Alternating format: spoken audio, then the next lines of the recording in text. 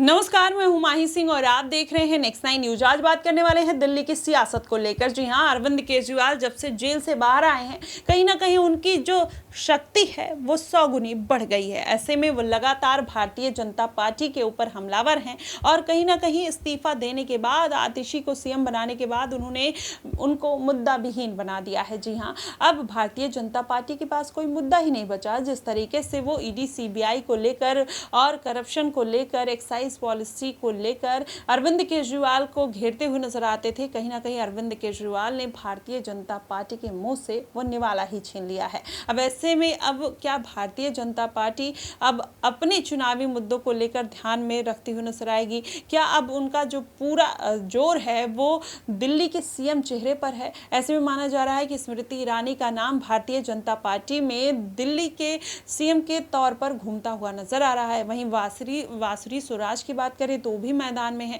क्या बांसुरी सुराज और स्मृति ईरानी में से, दोनों में से किसी एक को सीएम चेहरे के तौर पर देखा जा सकता है? क्योंकि सामने आतिशी मैदान में है। ऐसे में अगर महिलाओं की लड़ाई एक दूसरे के साथ होगी तो जाहिर तौर पर इसका फायदा भारतीय जनता पार्टी को मिलता हुआ नजर आएगा। आतिशी मारलेना जिस तरीके से एक दमदार नेता के तौर पर जानी जाती हैं, एक अच्छी प्रवक्ता के तौर पर जानी जाती हैं, वहीं अगर देखा जाए तो स्मृति ईरानी भी उसमें पीछे नहीं है। हालांकि इस बार अमेठी से हार के बाद स्मृति ईरानी का रसूख जो है वो घटता हुआ नजर जरूर आया है, लेकिन एक बार फिर से अगर उनको दिल्ली का सीएम बना दिया जाता है तो उनका वो कद वापस मिलता हुआ नजर आएगा। लेकिन वहीं अगर पूरा समीकरण समझा जाए तो बांसुरी सुराज भी कहीं ना कहीं मैदान में है और वो भी दिल्ली में अपना एक दबदबा रखती हैं। ऐसे में स्मृति ईरानी का अगर नाम आगे नहीं किया गया तो दूसरा नाम कहीं ना कहीं स्मृति ईरानी के बाद बांसुरी सुराज हो सकती हैं। लेकिन अगर दिल्ली की सियासत को समझा जाए तो अरविंद केजरीवाल इस बार,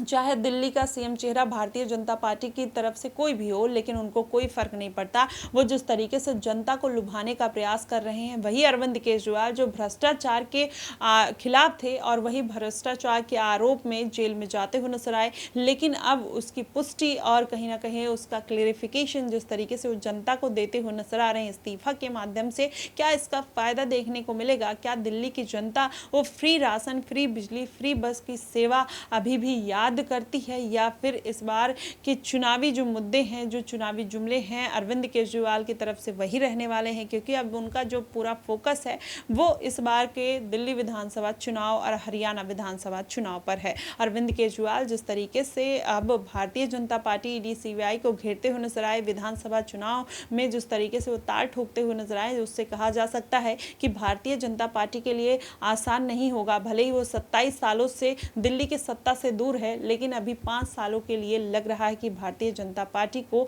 और संतोष करना पड़ेगा। देखना दिलचस्प होगा कि अरविंद केजरीवाल इस बार क्या खेला करते हैं और जिस तरीके से वो विधानसभा चुनाव में भारतीय जनता पार्टी के ऊपर तमाम आरोप लगाते हुए नजर आ रहे हैं, उसका कितना फायदा उनको मिलता हुआ नजर आएगा। लेकिन उससे पहले अरविंद केजरीवाल की आप ये वीडियो देखिए जरा, क्या कुछ कहते हुए नजर आते हैं भारतीय जनता पार्टी के लिए।